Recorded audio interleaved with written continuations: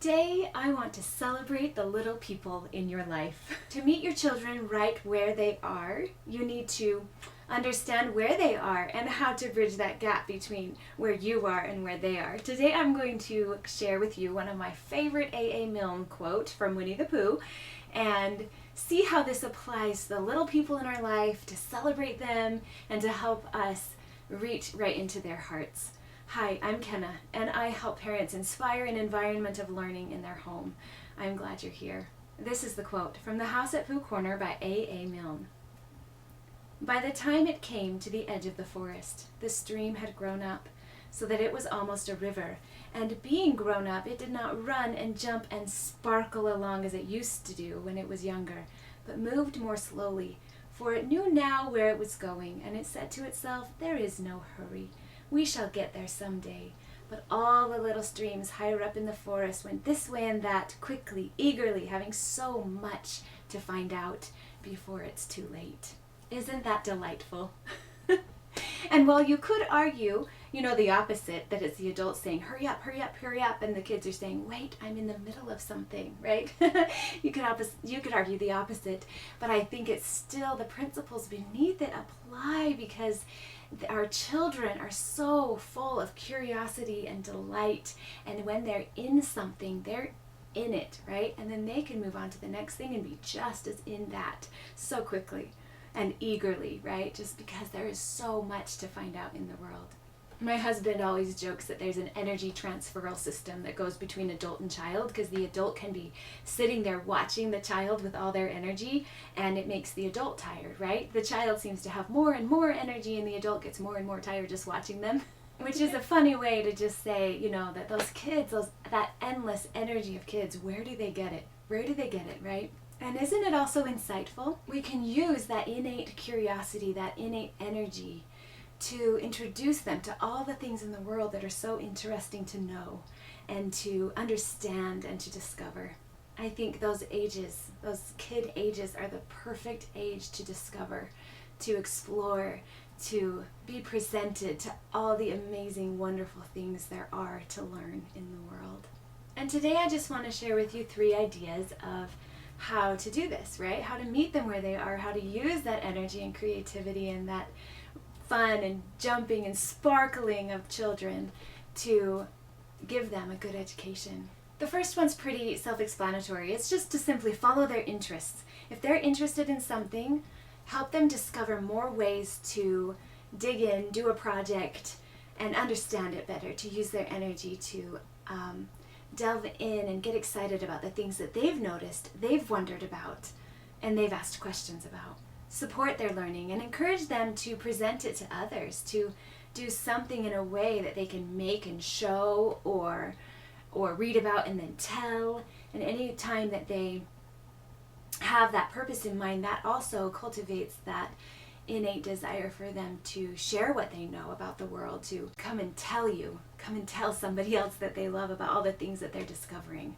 Another simple idea is one that I used to do, especially when my oldest kids were little, and we had this section of our day that was simply just, it was their time, that they could choose what we learned, and I would help them with it, and we would just delve into things. So this was in our schedule, and sometimes they wouldn't have anything, and I felt like it was kind of a bust, right? Because they would be like, I don't know, I just want to play Legos or whatever, right?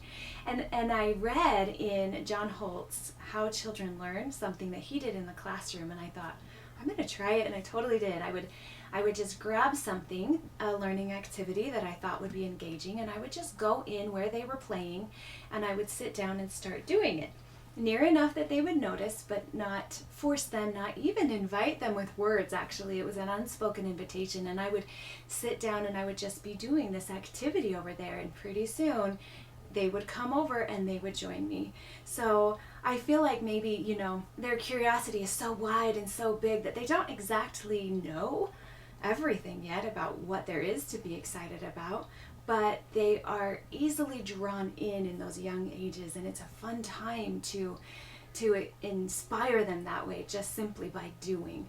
But I would do activities with letters and numbers. I would do science activities. I would be, drawing out a fairy tale or something like that. The ideas are endless, but the point is to pick something that might be fun for them and then just start doing it in their vicinity, and they may come and join you. That's because they have all that energy and curiosity, right? That sparkling, running this way and that, seeing all the things there is to see. They're going to be curious about what's going on there, as long as it doesn't look like you're doing the bills or something like that, right? As long as it looks exciting. The last idea I want to share is just exposure, because I feel like, again, that they are curious about everything, but they don't even know what the big wide world includes yet. So field trips, right? Museum visits, mountain visits, ocean visits, anything outdoor visits are great for curiosity, and then ask questions and wonder together, right? Use your nature journal and draw things.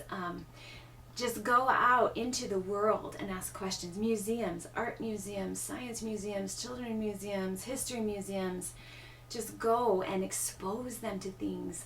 Maybe just go visit places in the community and wonder about what it would be like to work there, to create this thing, to design something, to be a part of an industry. Maybe that would be something. So field trips are a great way, but they don't always have to be outside to do the exposure, right? You can just read interesting things and then share with them what you've learned about something, and in that way you are inviting them to this world of learning that they don't know about yet. And so it's expanding their minds to all the possibilities of what to learn. So in case it wasn't clear, my 3 ideas are: 1, follow their interests.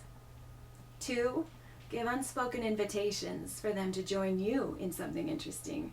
And 3, expose them to everything under the sun there is to learn about. I hope that gives you some ideas of how to reach those children in that beautiful, delightful curiosity stage with so much energy and so many questions why. I invite you to visit my website and grab a free list of 10 things that you can do to inspire a home environment of learning in your home. I will link that in the description box below. Thanks for watching. Here's to you for celebrating childhood with me and choosing to engage with those beautiful little people in your life. You've got this.